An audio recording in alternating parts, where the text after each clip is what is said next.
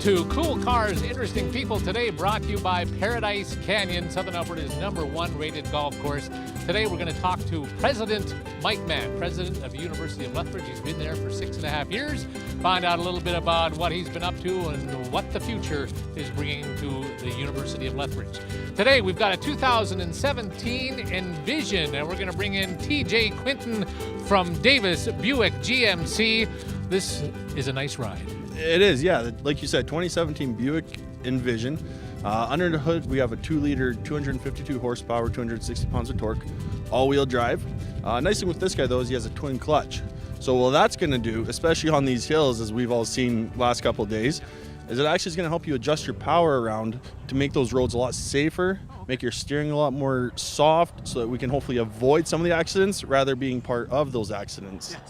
Yeah, let's go on Whoop Up Drive and have fun. Yeah, exactly. Along with this, we do have a new thing called Hyper Strut. Okay, so it's part of their suspension, adding to the safety and the feel of the vehicle. So again, it helps you when you're turning in and out, merging onto those traffics. So you don't all of a sudden give it gas to get out of the way and get pulled into someone else. So it's pretty nice that way. What's also nice is that this will park for you as well, both parallel and the other one. Yeah, it will. if you're like me or anyone else around here, you hate trying to find those parking spots down at Park Place Mall. Yeah. And trying to watch for the lines to measure if it's big enough for your vehicle. So what this will actually do is it'll calculate the vehicle's size as you're driving past it, and once it picks a spot, it'll let you know. All you got to do is you give it the gas and it'll do all the steering for you. How does that do that? Sensors on the side here calculate, but it's beyond me. It's a little bit too sophisticated. Like it's a 360-degree sensory too, right? It does, yeah. So it can sense for parallel parking and it can sense for perpendicular parking. So it'll back you into your spot or it'll back you up on the side of the road. Because, it's kind of a lost art these days. Not many people parallel park anymore. But it is a pretty nice feature to have for sure. Thank you so much. We're going to find the president of the University of Lethbridge, Mike Mahon.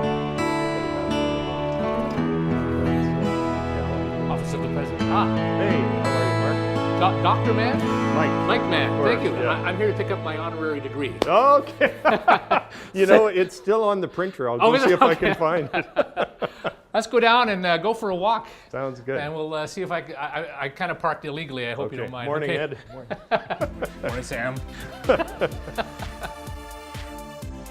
It's one thing about working at the university, I suspect, just the way it's set up, that you do get to do a lot of walking. Oh, this campus in particular, I said to somebody one day that, if you're walking up and down the stairs and etc., you get a lot of walking. In fact, I have a new, it's not Apple Watch, and one day I worked out at the gym and then I walked back to my office, and then I looked at how many steps I had actually done, or distance, because the Apple Watch, and I'd gone, I think, 1.5 kilometers. Really? Actually. Yeah, it was amazing. So you have the fittest students in this. Yeah, well, when you go up and down the hills, in fact, one of our former chancellors, Shirley McClellan, who's a great lady, we were walking up the hill during convocation one day, and because we do the student march up the hill, right? Yeah. And she said to me, when I agreed to be chancellor, I didn't know I was going to have to walk so many hills. I said, this is our secret plan, Shirley, to get all of our chancellors the fittest chancellors in Canada. I've been enjoying you on the radio. You have? Yes. You're the one. Yeah, no, I appreciate that. It's funny. I've always liked country and western music. Really? But I enjoy all music. But since I've come down here, for some reason, partly my son was living with us for a year, and he's a big country and western guy. So I started listening to more country and western, and in the last couple of years, I've actually been listening to more country and western music than others music that I had in the past. Wow, but can I get you to write that down? Yeah, exactly. So okay. This is a 2017 Envision. Beauty. Yep. Very nice. Grab a seat. You bet. And we'll go for a cup of coffee. Sounds good. Smells like a new car. Yeah. I'll try and keep my feet on the paper.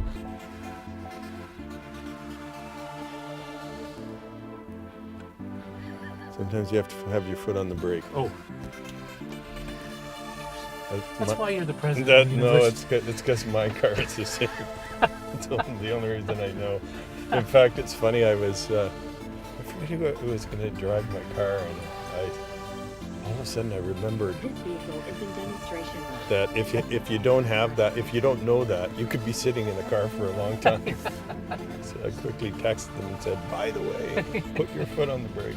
Always a good sign. Yeah. So here we are in a parking lot at the university. How many times have you had complaints about you parking here? More than I care to remember. I think I lost count at one point, yes. Parking is the bane of any university's existence. And that's not just Lethbridge. Oh no, in fact, the interesting thing is, even though we've got a lot of critique about parking lately because of our new building, when we do the analysis, we actually have the most stalls the most stalls per student per capita in Canada. Really? Yeah, so Put that in the McLean's yeah, article. exactly. So like in terms of justifying building more parking lots, it's pretty hard to do. But we also have so many students that come from away. That's in part the reason that we have that. Right. So it's but anyway, you look at it. If you're going to be beaten up for something, it's often going to be parking.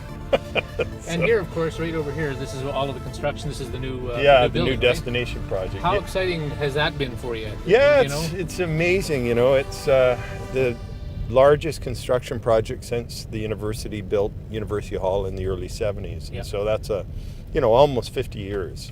And it's just about the size of University Hall. It's 450,000 square feet. So think about that in relation to, the average house being 1,000 square feet.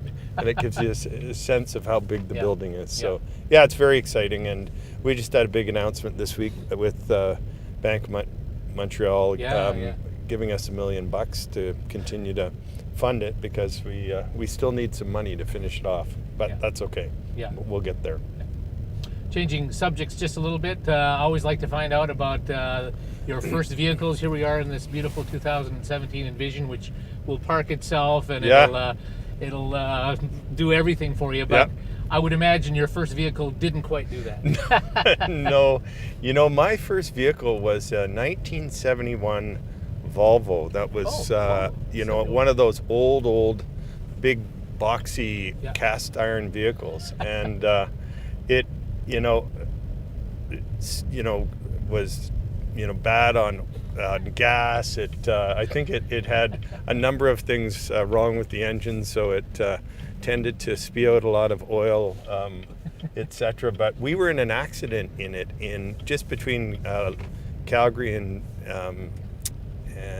Banff, and it saved our lives. So wow. Yeah. Wow. But actually, the second car I owned was this unbelievable, huge Chevy Impala that my dad had owned, and so that was that was my second car. It was one of those big family vehicles, 4-door. Yeah, it was a beauty. So, I didn't have anything very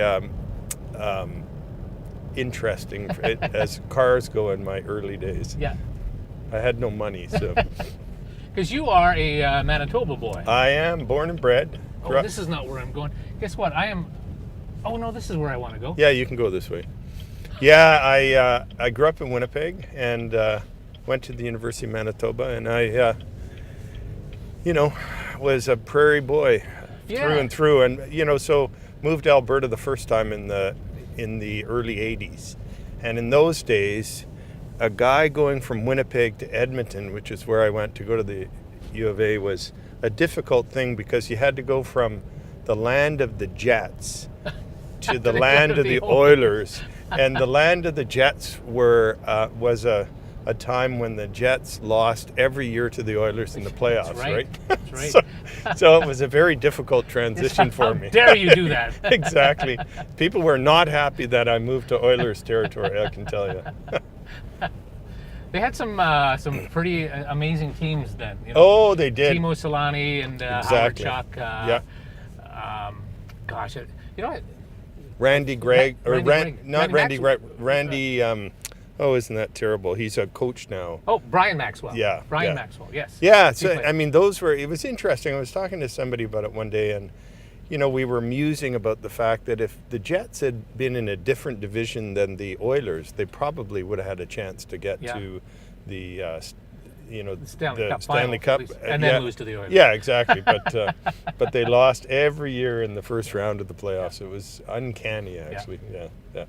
So this cold snap that we've been having, which has been sort of seems almost unprecedented. Well, at least since you've been here almost six and a half years ago.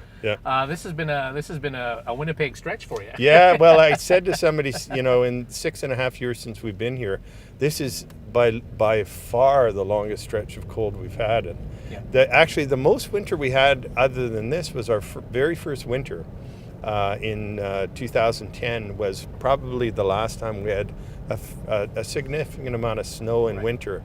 And, you know, after a few months, I said to folks at the university that, okay, you guys lied to Maureen and I, because you said that the winters were so much warmer than Edmonton and Winnipeg, and in fact they weren't. So, but then since then we've had some pretty balmy winters here in Lethbridge. Well, last year the winter didn't exist. Oh, exactly. Yeah. So we've enjoyed the winters here. Well, as I've always said to people over the years about living in this city, when we get a cold snap, there's always the psychological advantage knowing a Chinook is going to come. Yeah. Winnipeg, you will never get that. No, Chinook. You're in till March at least, eh? Oh, March, God, April. Yeah. You know, I think saying that March would be very optimistic, to be honest. No, I mean the fact that, you know, I'm a golfer. I like golfing. I'm not a good golfer, but moving to Lethbridge and being able to go. Last year we were golfing in March. Sure. You know, is for a Winnipeg boy is just an amazing experience, because in Winnipeg, I mean, it's a rarity that you're golfing before the end of April, the beginning of May, sort of thing. Yeah. You could, and people have done it. They have actually golfed every month in Lethbridge. Yeah. Well, you know, I know some of the golf courses leave temporary greens so that you can basically golf whenever there's no snow, which is often. Here we are. I've never been to this Tim Hortons. This is a fine little Tim Hortons. Yeah. Yeah. Let's see if I can park this thing. Good luck. Good luck with that. There we go. I guess one of the things that they don't want you to do is crash one of their new vehicles, right? I'll just blame you. Just send the bill. He was very distracting. Let's go in for coffee. Okay.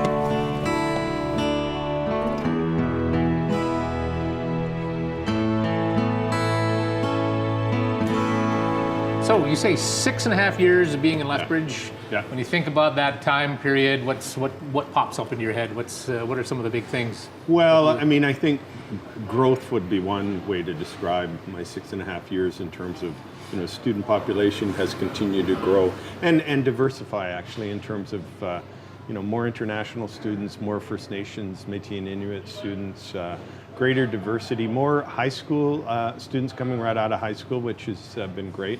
Growth in terms of, you know, buildings. We built a new residence, which is Mount Blackiston, which is was a great thing for us. And then this huge new destination project. So certainly growth is one, but also I would say, you know, reputation would be the other piece, right? I think this year we're 5 years running as one of the top 3 universities as rated by Maclean's magazine, right? So I think. How much do you pay attention to that Well, stuff? you know, I would say it's an interesting thing, Mark. When Maclean's rankings came out many years ago, I was at the University of Alberta at the time, and we all kind of poo-pooed this. Right. But I would say over the last decade, as more ranking instruments have been introduced worldwide, rankings have become much more something that people attend to, because we know the average citizen will look at these kinds of things. So I would say, while we don't kind of get up in the morning and say, you know, where are we at rankings wise, we're certainly mindful of it. And, you know, the difference between being one of the top 3 in Canada and being the 20th in Canada is meaningful, I would say. In what way is it meaningful? Because is it in terms of recruitment? Or yeah, I would say it's particularly meaningful because of recruiting students, both students from across Canada as well as students from around the world, because especially when you look at international students, one of the things they're looking at is how is this university viewed by other universities, by other people. You know, so it's not the be all and the end all, but it's certainly something that we attend to for sure. Yeah. It's I imagine, you know, when you're in the position that you're in, you're a president. There's going to be, it just goes with the territory. No matter who you are, where you are, no matter what you're president of, someone's going to hate you. You're going to, someone's going to absolutely despise you. They're going to be after you. Yeah. How thick of a skin do you have to have for this position? I mean, did you? I mean, going into it, you know this is going to happen. Yeah, it's a great question. You know, when I was prior to being president, I was a dean at the University of Alberta, and when I was recruited for that job. I was talking to my dean at the University of Manitoba at the time, my boss, and I told him I was, you know, sort of being recruited for this job, and I asked him what he thought. And he said, well, Mike, he said, you know, I think you'd be a great dean. My only question is whether you're tough enough. Because he said you're a nice guy, and my only worry is that this would be difficult for you because you do have to make difficult decisions. So over the course of 10 years as a dean, I would say my skin got thicker and thicker. And so that by the time I came to the University of Lethbridge, I had pretty thick skin. But I would say in the last 6.5 years, my skin is a lot like it's a lot like you're wearing a hockey glove? Yeah, or I was going to say, or like a rhinoceros, right? I mean, because, you know, it does come with the territory. And I would say that's probably one of the things that people in my kinds of positions find most difficult. If you are somebody that likes people, which I am, I'm a people person, it's difficult to know that there are people out there that, you know, don't like you or don't like what you represent. And, you know, part of what I always think about is, you know, I'm making decisions on behalf of the University of Lethbridge and, you know, in the best of my ability for the benefit of the University of Lethbridge. And that is sometimes not going to align with what people think we should be doing. And that doesn't mean you're going to feel good about it either, right? Oh my God, no. I mean, you know, we make decisions, you know, not, I wouldn't say daily, but we make decisions on a regular basis that, you know, if it was a perfect world, we wouldn't necessarily make that decision. So whether it's having to, you know, make decisions about how many staff we have in a particular area, whether it's having to make decisions about the kinds of opportunities we offer to students, et cetera. These are all difficult decisions, and you know, so much of it is driven by budget, right? I mean, in the end, unfortunately, so many of the things we do as a result of either having enough money to do it or not enough money to do it, and that, you know, is a difficult part of the thing. Of course, you know, your salary becomes public too, right? So they look at your salary and say, what the? Why are you cutting off this guy's job here and you're making what? You know, and so you have to say, well, this is the, I mean, and actually you're right on par with universities, I think, as far as your job salary goes. Am I right? I mean, if you were to do an analysis of salaries across Alberta, in presidential salaries, there's 26 presidents. I would fall right in the spot I think that you would expect me to fall. And so that is what it is. It's a difficult thing for, I mean, certainly not for me to communicate it, for the board to communicate. They're the ones that decide who to recruit, what to pay the person, etc. But it's not an easy thing. And I would say in a city the size of Lethbridge, it's even more evident because we're a smaller city. If you're in a larger city, you might be able to be a little more sneak away. But you know, it is what it is, and I knew that when I came to Lethbridge that I was going to be a very public figure, and so part of being a public figure is being public about lots of things, including your salary. Well, and the other side of it is, you know, you work your ass off to get to where you're at. You're paying, you know, the fair value, fair market value. You're getting paid fair market value. So you go to where you make an impact, and it's good for you, right? You know, my wife reminds me of that, Mark. She says to me, Mike, remember that when you were in your 30s, you made almost nothing, and we had 3 little kids, and you know, when I did my PhD, our kids were 5 months old, 2 years old, and 4 years old. And we lived in married student housing at the University of North Carolina in a 2-bedroom cinder block apartment. And, you know, until I was about 35, I was still being paid like a graduate student. So one of the things that I think a lot of folks don't understand about academia, not just presidents, but faculty members in general, is we start our careers much later in life than most people because we spend so many years going to school.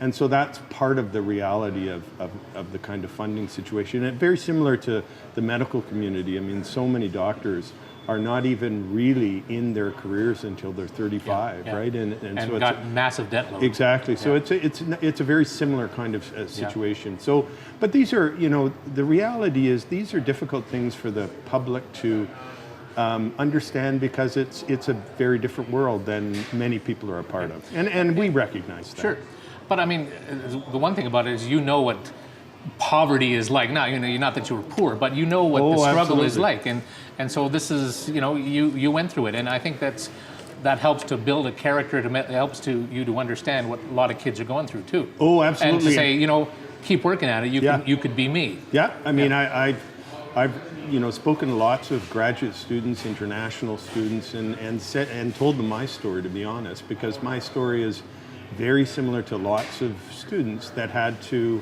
really struggle financially as they went through their schooling and the early years of their career. And I think it's important for young people to see that there is light at the end of the tunnel, because for lots of them, going to school beyond an undergraduate degree is a hardship in many instances, right? Just from a financial perspective. So emotionally too, I'm sure. So having a sense of what is the light at the end of the tunnel, I think is a helpful thing. Yeah. Do you foresee ever a world where in Canada our education will be free? Yeah, it's an interesting question. Yeah. There's been a couple of people in Eastern Canada promoting free education. Yeah. I think not, to be honest. I mean, if you look at places like England that have gone from free university to now charging for university, I think the challenge is the economies of countries around the world, including North America, are such that to go from, basically students paying about 25% of the cost of being educated to paying 0%, where would that money come from is the big question. And I don't see governments being able to either justify nor even frankly afford what the cost would be of free education. So my take on this is that Canada still is an affordable place in general for students to engage in public education.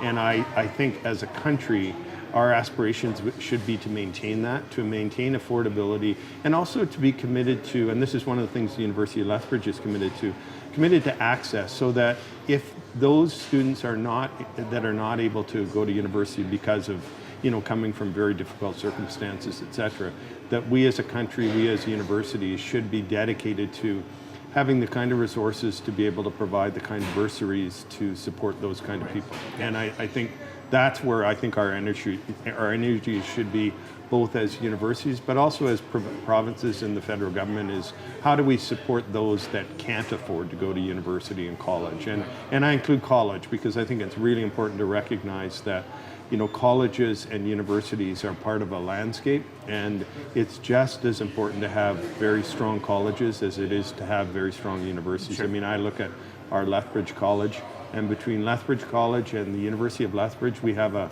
very dynamic set of opportunities for young people, right? You guys work together really well. We do. You encourage each other, which is nice, and I think that's important. Yeah, I mean, we have joint programs, whether it's our nursing program, there's a new environmental sciences program at Lethbridge College that will align with our programs. So no, I'm a huge believer in having strong collaboration between colleges and universities. So when as a young Mike growing up in Manitoba, did you ever think that you were going to get into the academia world? What turned you to the dark side? Yeah, it's interesting. So when I did my undergrad, I played football at the University of Manitoba and ran on the track team as well. So I was a jock really as an undergraduate. Yeah. But I enjoyed school. But I became involved in an organization called Special Olympics that people would know about, right? Yeah.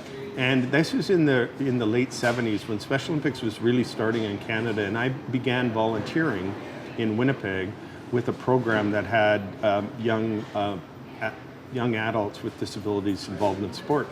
And that became something, I became fascinated by that, to the point where I actually decided to go on and do my master's and sort of look at sport and disability. So that's your topic, or yeah? So that's what I did my master's degree, and that really became kind of the turning point for me. When I was doing my undergraduate, I thought I was going to sort of go into kind of sport, coach the Winnipeg physical Jets. activities, coach the Winnipeg Jets, etc. But I became really interested in sport and disability, and that kind of took me on a path towards academics, and I ended up becoming the national program director for Canadian Special Olympics.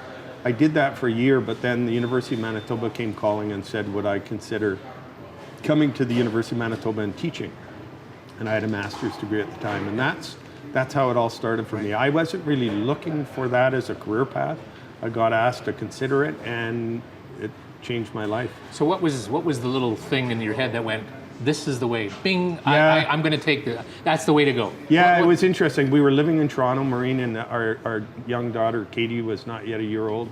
We had just moved to Toronto, and when University of Manitoba came calling, I think it was in the end, I thought, that would be a really cool thing to work at a university and to, be around young people and teach young, even though I think I was 27 at the time when they offered me the job. And so it was really the thinking about being a part of the university environment, which I had, spent time as an undergraduate and a master's student, that kind of seemed to be the right direction to go. It was a tough decision because we ended up leaving Toronto after only 8 or 10 months and moving back to Winnipeg. But in the end, it was damn Westerners. I know. But I'll tell you one other thing. What aided my decision after, I think at that point it was say 8 months in Toronto, is it took me less than 6 months, I would say, to know that I was a Western Canadian through and through, and that I was born to live, on the prairies or, in Alberta, close to the mountains. And that really was another part of my decision, to be honest. When we lived in Toronto was an interesting place to live in, but I really missed living out west. Yeah. What was the one selling point to take the job at the U of L? What was it that said, yes, that's a good one? You had to apply for the job, sure. But what was it that made you say, if I get this, I want it? Yeah, it was interesting because I was recruited for quite a few jobs prior to the U of L that I actually turned down, not the job itself, but turned down going for an interview because, for various reasons. They were in Eastern Canada, which I knew I didn't want to go back to, etc. When the U of L came calling, there were probably three things that really influenced my decision to be a candidate. One was, it was a university in Alberta, and my kids were all in Alberta. My wife is from Alberta. We really, as a family, love Alberta. The second was that it was a university that was focused not just on sort of undergraduate education, but on graduate education and research. And I really liked that kind of collection of areas of focus. And then the third was, I really saw the U of L as being on a trajectory from a growth perspective, a diversification perspective. And I thought, if you're going to be a president of a university, why not be at a university that is really kind of coming of age, and why not be part of helping that university come of age? And that, as opposed to going to a university that had been around for 100 years and sort of had a sense of itself, a trajectory that had been well sort of in place for many, many decades. This was a university that was not yet 45 years old at the time, and so there was, from my perspective, a real opportunity to provide some leadership around how who we were going to become. We need to continue on, but we need you to read a commercial. Okay. This is cold read. You've never read this before, so we'll be right back after this. And you go. Cool Cars, Interesting People is brought to you by Paradise Canyon, Southern Alberta's #1 rated golf course. Remember that Paradise Canyon has 2 banquet rooms. The main dining rooms can hold 225 people. The Riverview room can hold up to 50 people. Both rooms have an unparalleled view of the coulees and the Old Man River. Our catering team has the experience and the commitment to make your day truly special, including special foods and beverage menus. Don't forget Sunday brunch from 10 a.m. to 2 p.m. Very good. And I understand you kicked Ron Sakamoto's ass on the golf course. Yes. Don't tell Ron I said that. He won't see this. Getting back to the job, I mean, the one thing, and perhaps people may not be that aware, some of course will, but the amount of research that goes on, like, and I'm thinking of the Brain Institute over there, and Professor Naylor, and just the world-class facility that it is.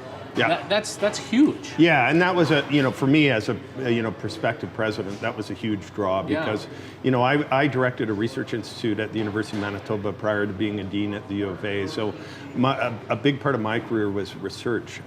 So when I look at the University of Lethbridge and the depth in certain areas as well as the breadth across the university, it's quite astounding. I mean, this year we were ranked one of the top 9 research universities in Canada, in our category, one of the top 3.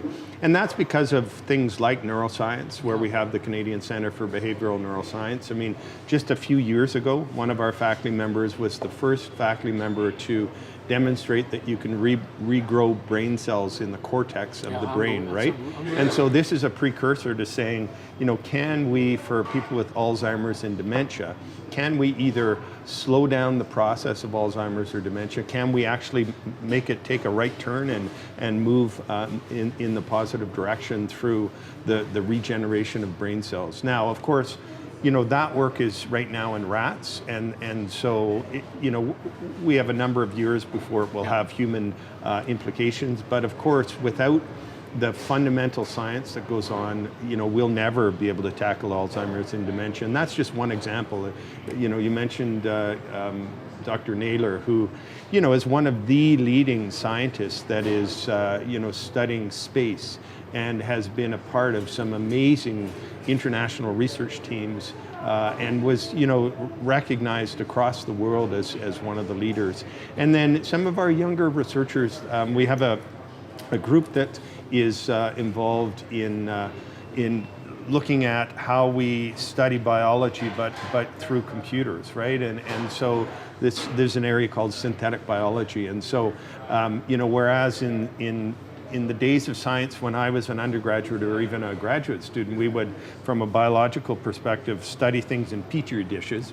Now these scientists are studying things on computer and being able to do modeling of what they think would happen, and then eventually, of course, going to the bench and interpreting what's going on by actually getting into the petri dish. But these are just a few examples of the amazing science going on at the University of Lethbridge, and I think a lot of people in Lethbridge don't actually know what's in their own backyard. Oh, I know. And I think part of our responsibility as a university is to figure out how we best communicate. So actually chatting with you, Mark, is a great way to talk about what's going on from a science perspective at the University of Lethbridge. It really is remarkable what's going on. It is. It's phenomenal. What about, it's interesting because there's been so many additions to the original University of Lethbridge, and I remember actually talked to Arthur Erickson at one time, who was the architect. He hates everything else that was built. I know he does. And what can you say about it? I mean, other than you got to build. What else can you do? We're building this new building right now that's called the Destination Project, and it's the largest building since the Erickson building was built. And so in the early days of design, the architects, who are a combination of KPMB out of Toronto and Stantec out of Alberta, and Bruce Kubara is the signature architect. So Bruce said to me one day when he and I were chatting, before the design was starting to take shape, he said, Mike, I'm a huge fan of Arthur Erickson. And my goal is not to design a building that kind of replicates or extends University Hall, but my goal is to build a building that pays homage to University Hall. And so I think the design that we've come up with for the Destination Project does it. It actually has some lines that kind of mirror and reflect University Hall, but it's of course all mostly glass, so it of course is a very different kind of building than than the very cement-like building that University Hall is. But it also, it interacts with the landscape in the same way that University Hall does, right? It's built into the coulees. It is meant to reflect the landscape in terms of how it sort of relates to the landscape. And so all of those things, I think, are a part of what Ericsson's vision was. Sure.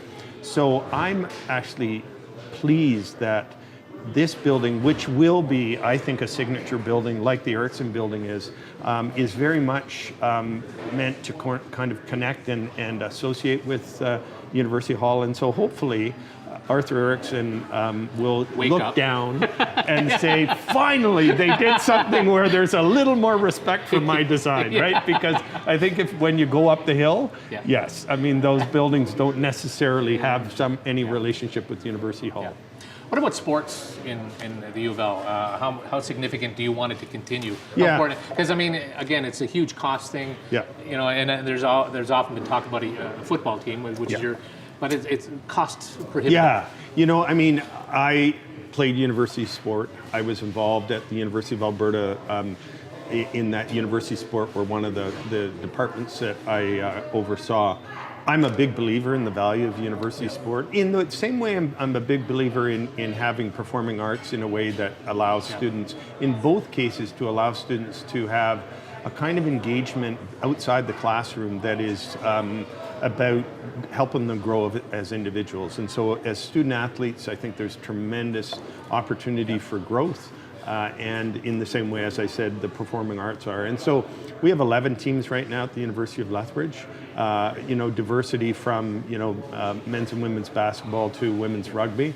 I think these teams pay, you know, or provide tremendous benefit to the university in terms of, you know, visibility of the university, in terms of helping us connect with the community, in terms of actually engaging with the community. Many of our student athletes, you know, are working in the elementary schools with young kids, are going to hospitals, this sort of thing.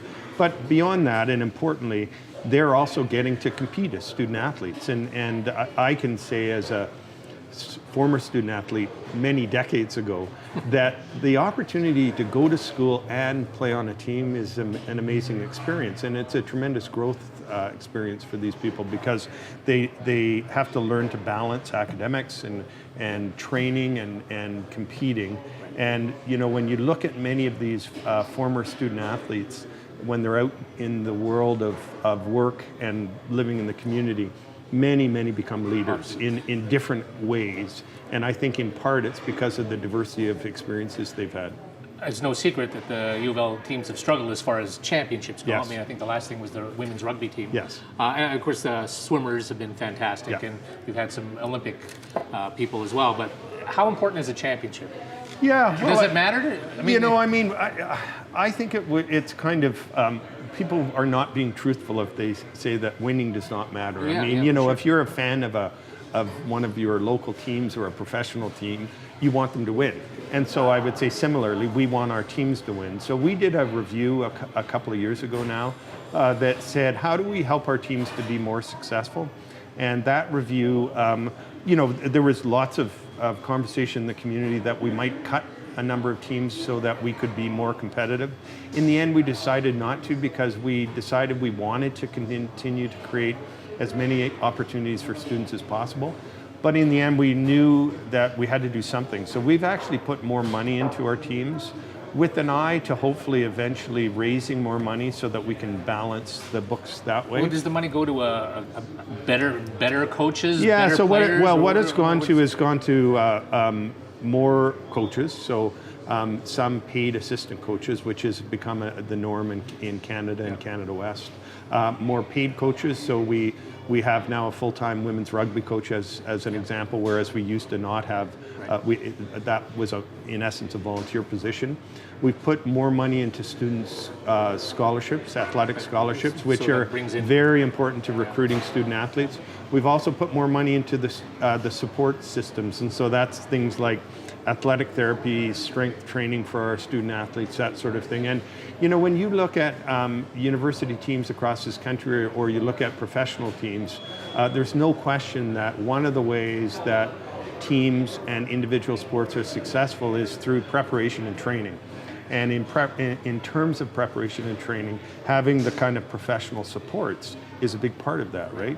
I was just watching a hockey game the other night, an NHL hockey game, and they were talking about the success of this team based on how intense their training is, in across the year. And I think this is a reality of sport, and so that's part of what we're trying to do. And in the end, winning is not the be all and the end all, but we do want our student athletes to have the opportunity to potentially win. Well, especially when you think of hockey championship, Mike Babcock. Yeah, exactly. That just throws U of L on the map right there, doesn't it? Exactly. And I've been to national championships, and it's also a very exciting experience for a student athlete to actually compete at a conference championship or a national championship. So if we look at it from a student perspective, part of what we're trying to do is say, let's give our student athletes the opportunity to have that experience, right? And that's part of it, I would say. All right, looking in your crystal ball, the future of the U of L. So the future of the U of L, I think, continues to be about growth and diversification. So, but that growth and diversification I see happening at the graduate level and in research. From an undergraduate perspective, I think we'll continue to support growth, but we actually want to be careful we don't get too big, to be honest, Mark, because our sweet spot as a university is not to be the third big university in Alberta. It's actually to be a university that provides a unique experience that comes with smaller class sizes, better sort of student to faculty ratio, that sort of thing. And to do that, you can't be 25,000 students, right? So I would say our sweet spot's probably more in the 10,000 to 11, 12,000 rather than the 20 to 25,000. And less is more. Yeah, exactly. Less is more. And if you look at some of the great universities in the world, Stanford, Harvard, these are not big universities, I've right? not heard of them. Yeah, I know. Me Sorry. neither. But these aren't big universities, right? These are actually universities that have maintained a commitment to be, small enough to kind of provide those experiences. And so I look at the U of L and say that's where we're going to be. But the other, from a crystal ball perspective, I would say that what's going to be different about the U of L in 25 years is we're going to have an international reputation, not just a national reputation. Right. And I think that's where we're focused in terms of how we evolve as a university. And of course, next year, 50th anniversary of the U of L. That's a big deal. Huge. I mean, I think, we're coming of age. 50 years is, we start to think of ourselves not as a new university, but as a mature university. I'm, closer to 60 than 50, and I remember when I turned 50, I certainly thought of myself as a more mature individual. and so I think, the same thing of the university as we turn 50. We're a mature university, and I think that comes with, kind of an expectation that we continue to position ourselves in that manner and not just as kind of an upstart. We're no longer an upstart, I would say. Yeah. Do you foresee yourself being here for the next few years? Well, because 6.5 years is a long time for a president. Yeah, it is. I mean, I'm still really enjoying it. Yeah. We talked about the thick skin question earlier. I mean, that aside, which is, of course, comes with the territory. Yeah. I've loved being the president of the University of Lethbridge, and Maureen and I have really enjoyed living in Lethbridge. Yeah. So I hope to be here for a few more years. Yeah. I guess it'll be up to the university and the community and others. But if you ask me if I'll be here, I hope I will over the next few years. You never know when Harvard might be calling you. Exactly. Mike Mahon, thank you so much. Yeah, appreciate thank it. you, Mark. Cool Cars, Interesting People, brought to you by Paradise Canyon, rated #1 golf course in Southern Alberta. Thank you so much. Thanks, Mark. Thank you. Cheers. There we go. Hey.